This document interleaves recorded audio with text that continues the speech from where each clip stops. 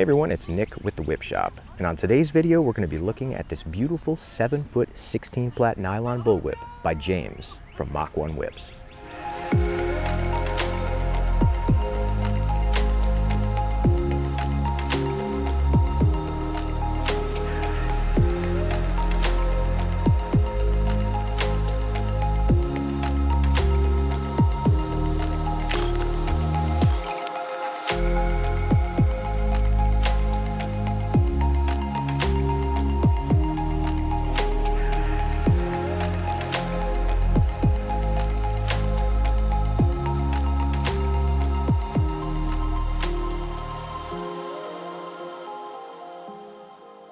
Now, over the years, I have received quite a few whips from different whip makers, and this by far is one of the finest pieces of craftsmanship that I've ever held in my hand.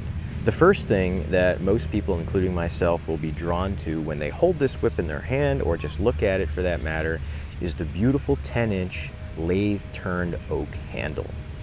As you can see here, there are some nice brass rings that James has installed into the handle, which we'll talk about in a second.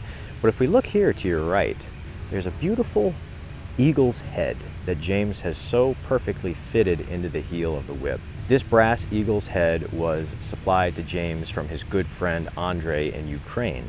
And James did such a wonderful job of fitting that eagle's head into the end of the whip. Something also really fascinating about this particular part of the whip, the heel, is that James turned this whole handle on a lathe, but if I turn it this way, it's not perfectly round like you would normally get with a lathe turned handle. And it looks like James has ground down the edges to make it more oval shaped instead of round. And I really like that because when you hold the whip, it fits in your hand, formed like a glove. The polish on this handle is also outstanding. Now here we have a brass ring that James turned on his metal lathe.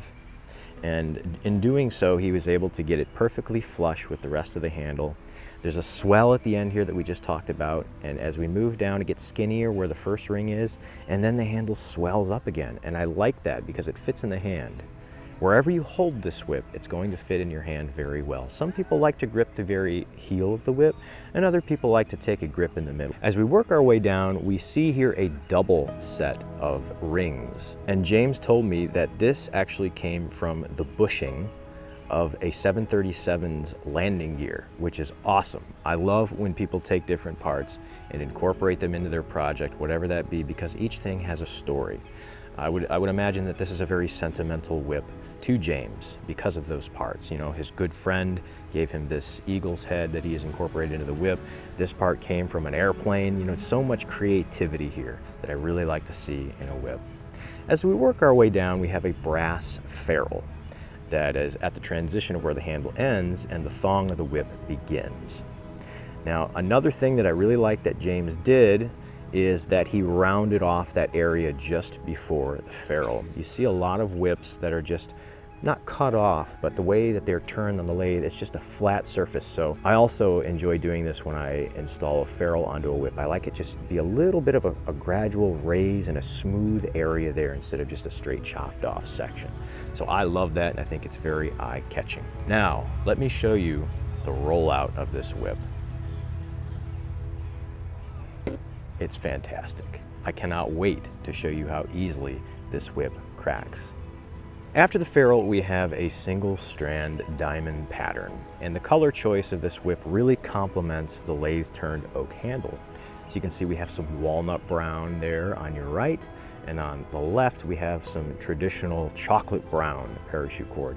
And then we have that single strand, or I should say 2 strands, of a tan. And that's such a nice complement, and it brings out the contrast of those 2 colors. And everything about this whip, the colors of the metal, the colors of the paracord, the color of the stained oak, just fits together so well. As we work our way down, the plaiting looks absolutely fantastic. As you can see, James here ends the plaiting in a 4-plat.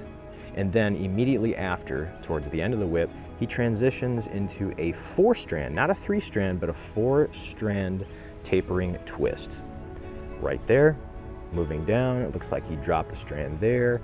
Moving down, another strand is dropped, and we finally end with 2 strands And right at the end of that twist, James has taken one of those strands. He took the walnut brown strand and he fed it inside, which becomes the fall. Now that strand remains inside that secondary strand of parachute cord all the way to the end. So this is a very heavy duty whip. It's not going to wear out. This fall will last a long time. Even though the fall is built into the whip, I would not worry about this thing wearing out as long as you replace your crackers routinely. A good, strong, hefty cracker with a good fray at the end will protect your end of your fall from wearing out. That's why it's so important when your crackers start to wear out, replace them. It's going to protect the rest of your whip. It's just preventive maintenance. In addition to being a whip maker, James is an aviation enthusiast. He enjoys flying RC gliders and RC aircraft, just like I do. And we plan in the future to do a collaboration video together. I'm going to fly down to Florida and hopefully we'll have a good old time making some whips and flying some gliders together. If you guys want to check out James' work, please check out the links in the description. I'll put some on the screen right there. James is an outstanding craftsman. I am impressed. Every time he sends me another picture of his work, they just keep getting better and better and better. His attention to detail and his attention to not only a good-looking whip, but being able to match the colors. It's like a designer piece, and I just love that. So without further ado, let's head out to the fields and I'm going to show you guys how this whip cracks. Here is our beautiful 7'16" flat nylon bullwhip from James of Mach1Whips. Look at this rollout.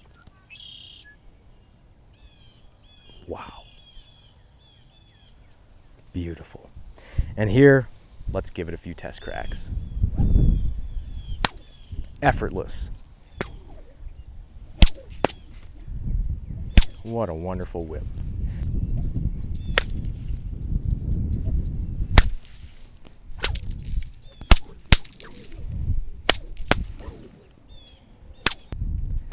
I love the way that my hand goes around that partially kind of flattened out area at the heel of the whip.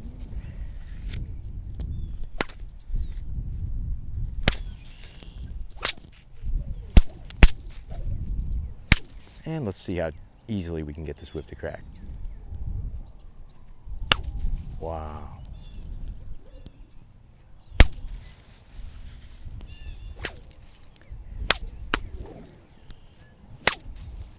Now, one of the things I really want to talk about with this whip is its accuracy. This whip is straight as an arrow, and if you're interested in target work, this is the whip for you. It rolls out so perfectly smooth that if you are interested in cutting targets, we have some dandelions here today, this whip performs outstandingly. So the ground is really hard. Let's see if we can even get this thing in the ground. So the target stand is just in there by a thread, so that means I have to be precise and not hit the target stand or else it'll fall over. It's breezy today too, so it's going to pose a bit of a challenge, but this whip will do just fine, and the rest is up to my targeting skills, which have been rusty, as you all know from watching previous videos on this channel. All right, here we have a dandelion. Check this out.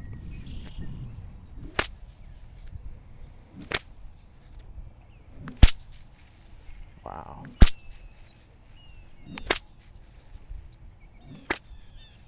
Can I get that last little tip there? Come on, Nick.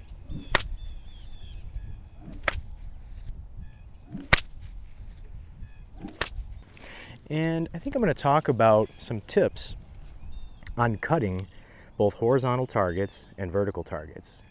And the best way to do that is with a cattleman's crack. So a simple cattleman's crack that I talked about in my previous video where we were going over whips made by Cat Fimple, Sin City Kitty of Las Vegas, Nevada. And I showed you guys, if you weren't familiar already, how to do a cattleman's crack.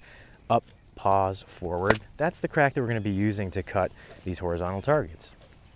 So here we go. Up and forward. Now, one thing I like to do before I hit targets is I like to lay the whip out in front of me, and then I just walk back until the cracker is directly below the target. So right about there, the cracker is below the head of that dandelion, and that tells me that's about where I need to stand to get the target. And here we go. Up, pause, forward. I cut off too much there, more than I wanted to, for the demonstration. There we go. We'll do another one here. I think I made a video about 4 years ago, and I said that my favorite whip targets were dandelions, and that still stands today. I like how they break off so cleanly, and if you hit a pretzel or a pasta stick, sometimes it just breaks. Where a dandelion, it's lush plant material, so you're able to just work your way up in small increments, and I like that. There we go. So see, up, pause, forward, up, pause, forward, up, pause, forward, up, pause, forward.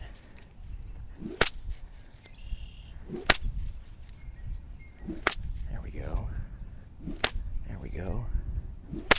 Oops. Can I finish it off? There we go. Oof, that was ugly. So, hitting horizontal targets is most ideal with a forward cattleman's crack. The next thing I want to talk about is hitting vertical targets. So that means the type of whip throw that we would use to hit something sticking straight up, like this.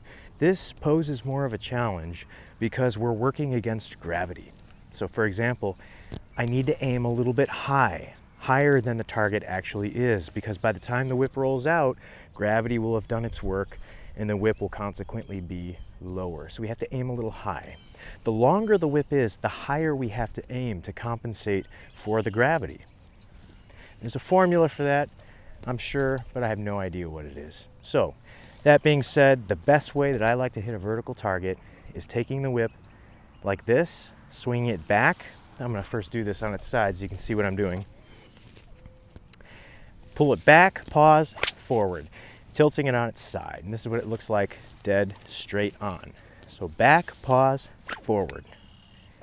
Back, pause, forward. Again, I'm laying the cracker down so that it's underneath the target.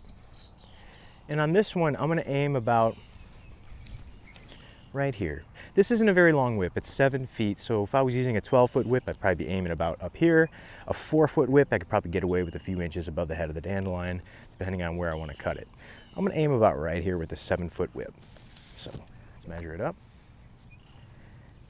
See if I can get this on the first try. Back, pause, forward. Didn't really crack, but I did hit the top of it off. Timber. You'd think the guy doing an instructional video on target work would be able to hit his targets. All right. Back, pause, forward. There we go. Back, pause, forward. After I hit this last vertical target, I'm just going to do a few fast routines with James Whip to show just how versatile it is. This ground is very hard. We need rain. I like to kind of have my left leg leading forward. Just my personal preference. You can do it standing with both feet even if you want. This is just how I like to do it. I think I'm a little too far forward, so here we go. Back, pause, forward. Oh, I got that right at the base. See, I wasn't aiming high enough. So I'll put that in my record of changes that need to be made and try again. That's about the distance we want. Back, pause, forward. I did it again. At least I had the dandelion land on the stand without falling off. There should be some kind of points for that, right? All right. Now on this whip by James, he has it oriented so that the eagle's beak is pointing down. So that means this is the natural curve of the whip. So when I hold it in my hand, the beak is pointing up, and that's a nice way to always be throwing the whip in the same orientation as far as what grip position you're using on the handle. So here we go. Back, pause, and forward. That's what it's going to be. Back, pause, forward. There we go. There we go. The last thing I want to do is just demonstrate a bit of a routine with this whip.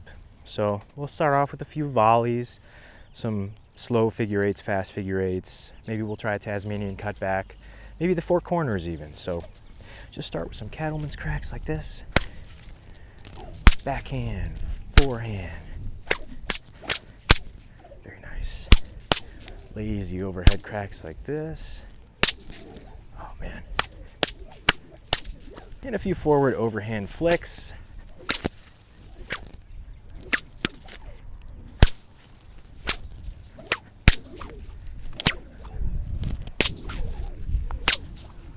And there you have it, guys.